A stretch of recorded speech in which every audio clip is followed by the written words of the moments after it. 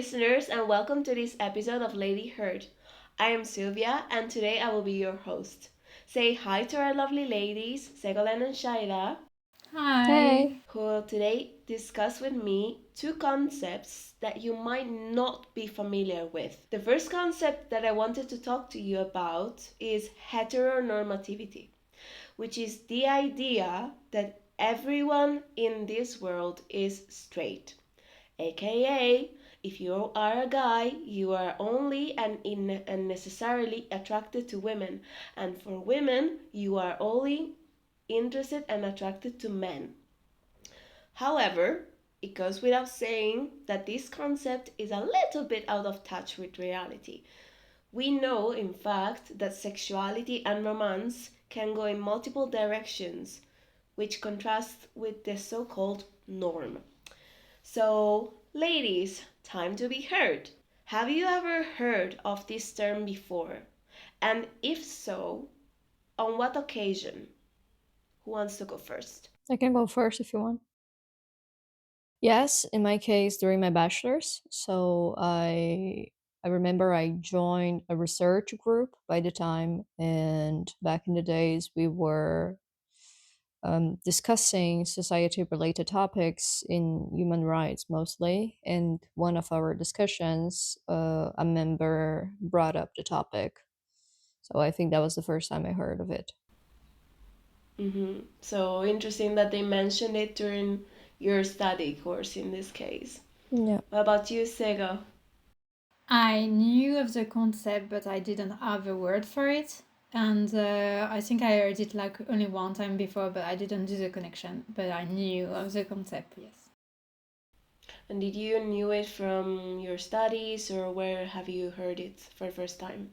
From the study and from realizing after getting out of my small village and seeing the world and seeing that not all people are straight, I got to realize that yeah, you don't have to be in a couple with the opposite sex. So go out of the village and explore the world. The word heteronormativity was coined by social theorist Michael Werner in 1991 to describe a conjunct of concepts interrelated with each other, such as gender, sexuality, and normality. It is the belief that every person is heterosexual and that being in a heterosexual relationship is the default and natural outcome. Other than that, there is the underlying assumption that this vision not only is a standardized experience, but also that is the only right one possible. Furthermore, it reinforces the idea that there are only two genders with fixed societal role who complement each other. Therefore, if we see this in a hierarchical structure, heteronormativity becomes also socially compulsory and it is above everything else. So, ladies, now that you got a better insight on the definition, what is your outlook on this? I really agree, and I still do it sometimes because I think it's my default brain. My brain is in default mode by how the society is at the moment. But I'm trying to be careful and to use they and to use partner.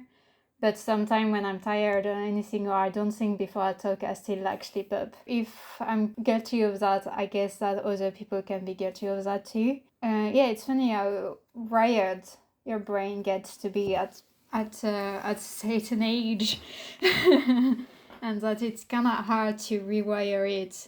You really have to.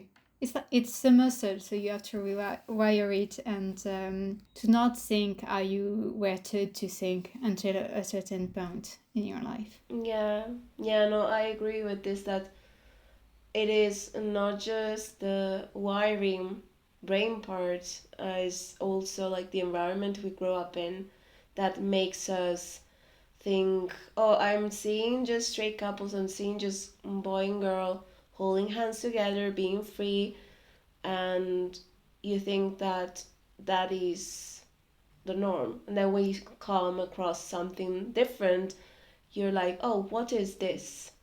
if there might be a bit of curiosity, but depending on how your brain and how your environment shaped you, then you have a different reaction. So yeah, Shaida, what about you? I agree with you both. I think that whether intentionally or unintentionally, we kind of see the world through the lens of heteronormativity. And a great example of this is when a man asks a woman if she has a boyfriend instead of asking her if she has a partner, right? So it's very subtle, but we tend to assume that, as you said, women are attracted to men and vice versa, and that's the only way possible. Thank you for sharing your opinions about it. And now I want to discuss another word that I'm sure even less people have heard of and which might spark a little controversy. And that word is amatonormativity. The American philosopher Elizabeth Brake created this term in 2011 and explained that in her book Minimizing Marriage, Morality and the Law, that it is the widespread assumption that everyone is better off in an exclusive, romantic, long term coupled relationship and that everyone is seeking such a relationship. Now, I'm not going to bring any further concepts to the table today, but I have come across a lot of videos about people upset about the fact that their best friends or friends they deemed very close with were suddenly neglecting years of friendship to be with their newly acquired significant others, or were simply obsessed with their new date. So I wanted to ask you, since we're mentioning like social media and YouTube, have you ever come across on your feed, maybe randomly, maybe I don't know, because you were liking a certain type of content, this kind of complaint like, oh my god, my bestie is just obsessed with their new date and ignores me? I never encountered that. That I think it's not. I don't get like in my algorithm. There is nothing like that. There is no. It's all like people reading poem. It's all related to film, acting, or anything, or art in general. So I don't have like. I don't like this issue and this type of content in my feed. So I never come across it. Lucky you then, Shaida. Oh, in my fit? Uh, no, actually, if I see that a dear friend of mine is in a relationship and they seem happy, of course, I will be happy for them. But I think we all had a friend who became a boyfriend and girlfriend, and then the friendship died or faded away a little bit, you know. But I won't judge them. People fell in love, and for some, the relationship kind of has a different weight in comparison to a friendship. So, but not in my feed. Yeah, like I mean, cause I don't really have social media, but like I remember like thinking about the topic and then I went on YouTube and then like I saw like numbers of videos. The numbers of videos you don't have no idea. It's all the same topic and like or even in shorts, like people complain like about the same thing.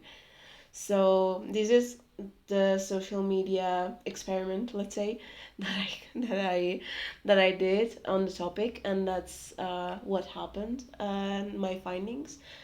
And now I want to go more into books. So in the book All About Love, Bell Hooks recalls something similar happening to her with one of her closest friends. She says, often we take friendships for granted, even when they are the interactions where we experience mutual pleasure. We place them in secondary position, especially in relation to romantic bonds. This devaluation of our friendships creates an emptiness we might not see when we are devoting all our attention to a chosen loved one. Committed love relationships are far more likely to become codependent when we cut off all our ties with friends To give these bonds we consider primary our exclusive attention. I have felt especially devastated when close friends who were single fell in love and simultaneously fell away from our friendship. So, while it's the honeymoon phase, it is something that everyone at the beginning of the romantic relationship seems to be experiencing. Fewer are the studies about this other social phenomenon, which we just seen, for which it is socially acceptable to ditch your friends to be with your lover 100% of the time, because a romantic partner will unconditionally and with absolute certainty provide you with all the care you need.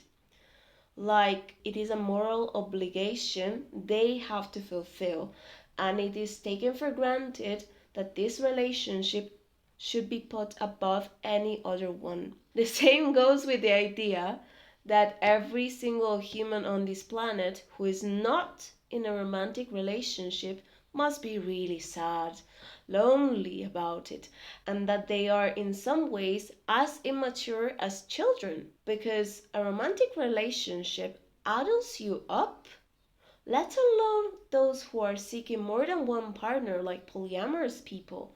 Greedy of you to assume that more than one person could give you the love that you need, regardless of your relationship status. After this provocative statement, I want you to imagine all these ideas put together and growing up watching films where the ultimate goal is to win their heart over.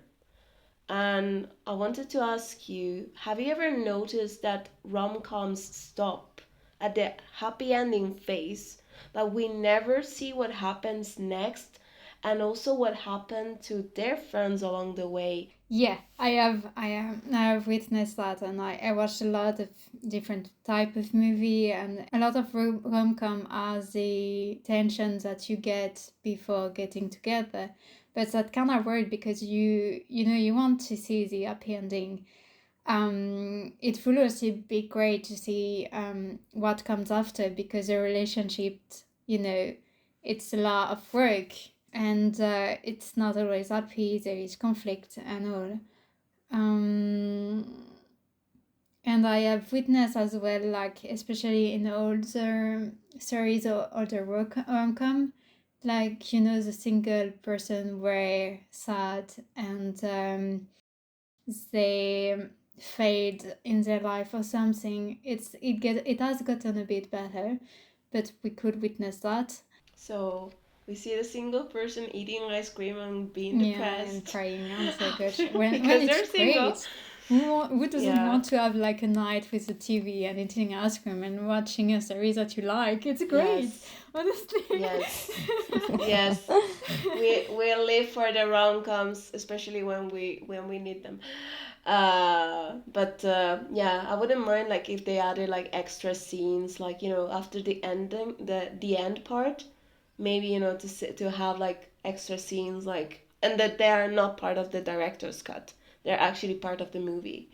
But yeah, Shaida, what do you think about it? Like, have you noticed this pattern as well?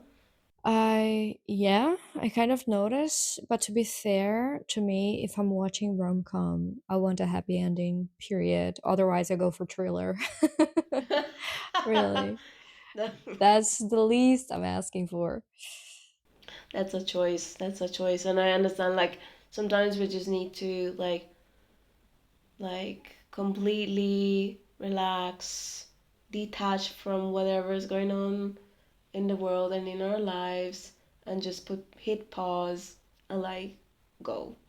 My second question to you and final one is, have you ever questioned this reality that not everyone would be okay with a romantic relationship at the center of their lives? And which other forms of love do you think should be equally valued? Actually, two questions. First of all, I think it's really nice when you find someone with whom you can establish kind of a deep connection and start thinking about growing together and supporting each other. And I also believe that when we have a romantic partner, we should be each other's best friend. That to me is like non negotiable. Though that doesn't mean all other aspects of your life should be neglected. And even because when this person arrived in your life, very likely there was or there should have been a whole system set. And what do I mean by that? A group of friends who you can count on, your family, your hobbies, your dreams, your and professional projects, you know? So things and people we care about can be expressed by different forms of love. And I love my family, I love my friends, I love to dance, I love to run, I love to ride, and so on and so forth. So instead of competing with each other, they should be in a crazy way kind of overlapping, because all of them together bring you different and good feelings. So they all combined make you happier. And we shouldn't give up on our own universe just to make someone else's fit in, even because there is nothing sexier than someone who has a healthy, hectic life, in my dearest opinion. I do agree that each form of love should coexist and each and every one of them should be merging together instead of like being in separate compartments. So, yeah, pretty much agree with you. What about you, Sego? I fully agree with Schaida on, the partner that you should be your best friend. And I'm like, I have a lot of hobbies, but I'm a deeply introverted person, so I love to stay at home. So, you need to be, my partner need to be someone that I can support every day at home, because I'm stuck at home with that person. So I need to, the criteria are not the same at all. I'm way more exigent with the person that is in my house with me, uh, in my house that is my safe space, the space that I love to be in the most. So I fully agree with Schaida, and I think love is complicated, and there's many type of love, and all the love are valuable, and they all teach you something different and bring you something different. And there is also, I think, moments of your life where there is type of love that you can't provide and you can't receive as well. So, maybe sometimes you're not ready to be in a relationship, so you can't love someone, but you can love your friend, and those friends can bring you the love that you need, that you can't get anywhere else. I'm thinking, if you're struggling mentally with depression or anything, if you can't even love yourself, you can't love anybody else at this moment. So I think it's like timing, finding the good person, and yeah, like Shaida said as well, it's like a puzzle, and every part of your life needs to fix together to do a beautiful puzzle. Well, thank you for sharing your point of view, Sego. Yeah, I could see like how being an introvert, like I'm an introvert myself, like I think to have somebody you can rely on, like mm, especially like in your case, like it's also your not only your best friend but also your romantic partner, like a husband, um, would make it like the full package experience be in a way more valuable, and like that it brings something to you that you feel comfortable with and you have comfort in. So I do agree with this part, of course, that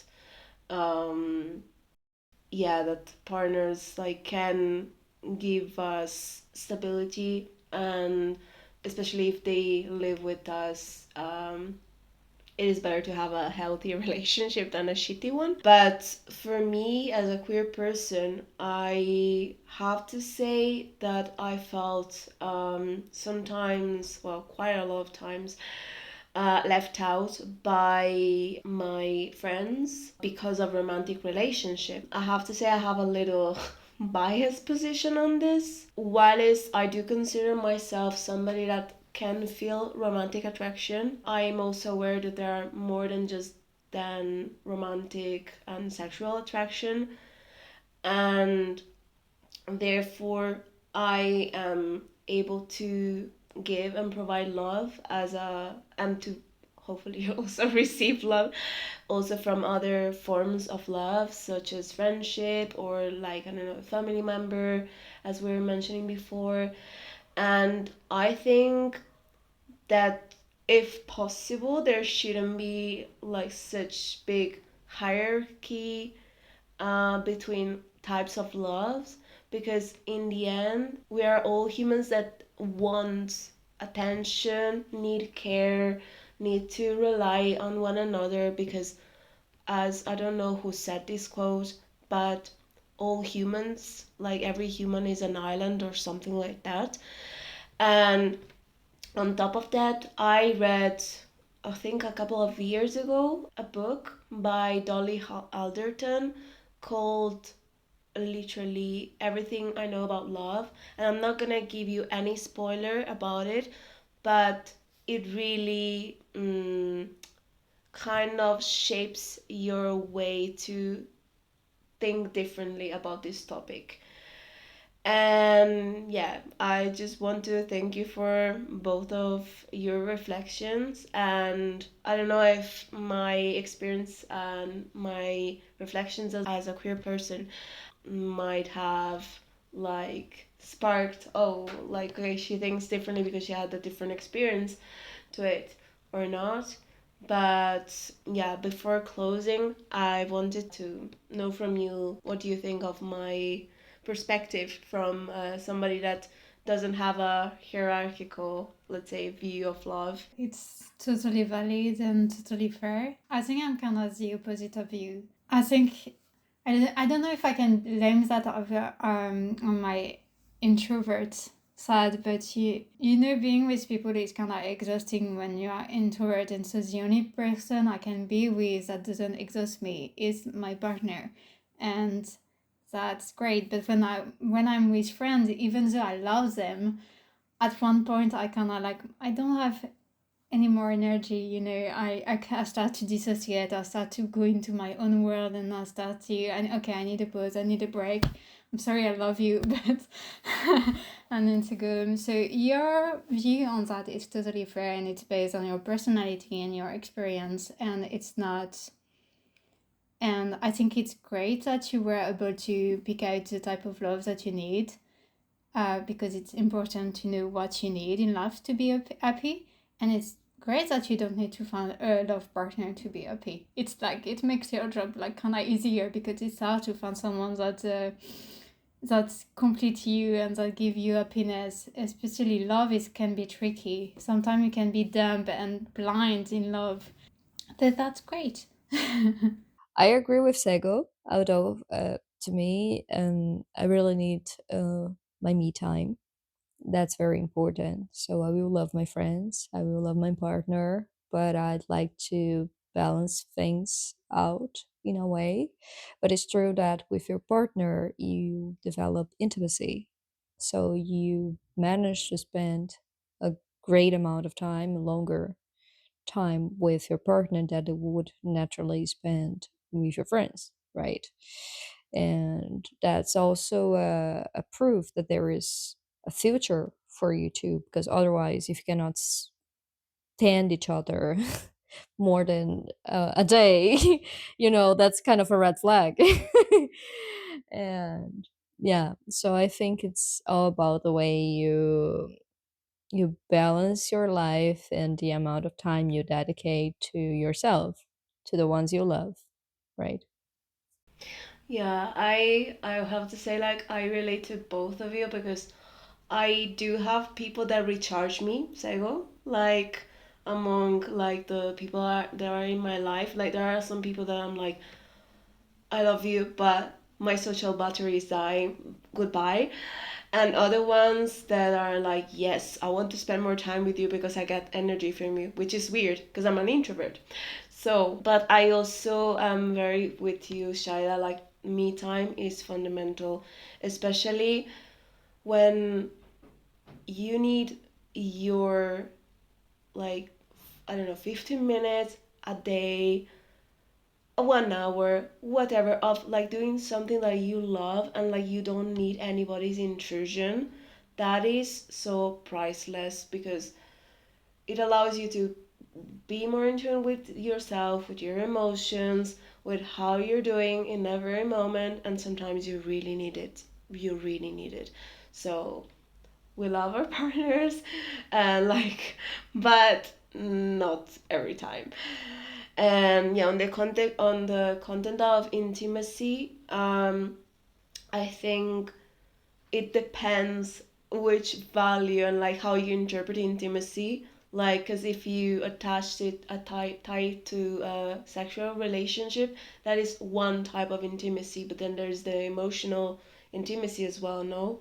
So I think, yeah, it can depend on the person and how they see it, and like of course like for you, like it's like both of them are very important, so of course you value like the 360 degrees of the intimacy in this case. Thank you, ladies, for both of your contributions in this last minute of our podcast. And if this last topic interested you, dear listeners, I invite you to check out this article published in The Atlantic by Rihanna Cohen, titled quite provocatively, "What if friendship, not marriage, was at the center of life?" I believe it will spark further reflections and make you see your relationships and the world in a different light. Thank you once again for having been with us. And don't forget to like, subscribe to our channel, to all of our channels, and you can support us furtherly if you want to. We very much appreciate it on Buy Me a Coffee. See you next time. Bye. Bye bye. Bye.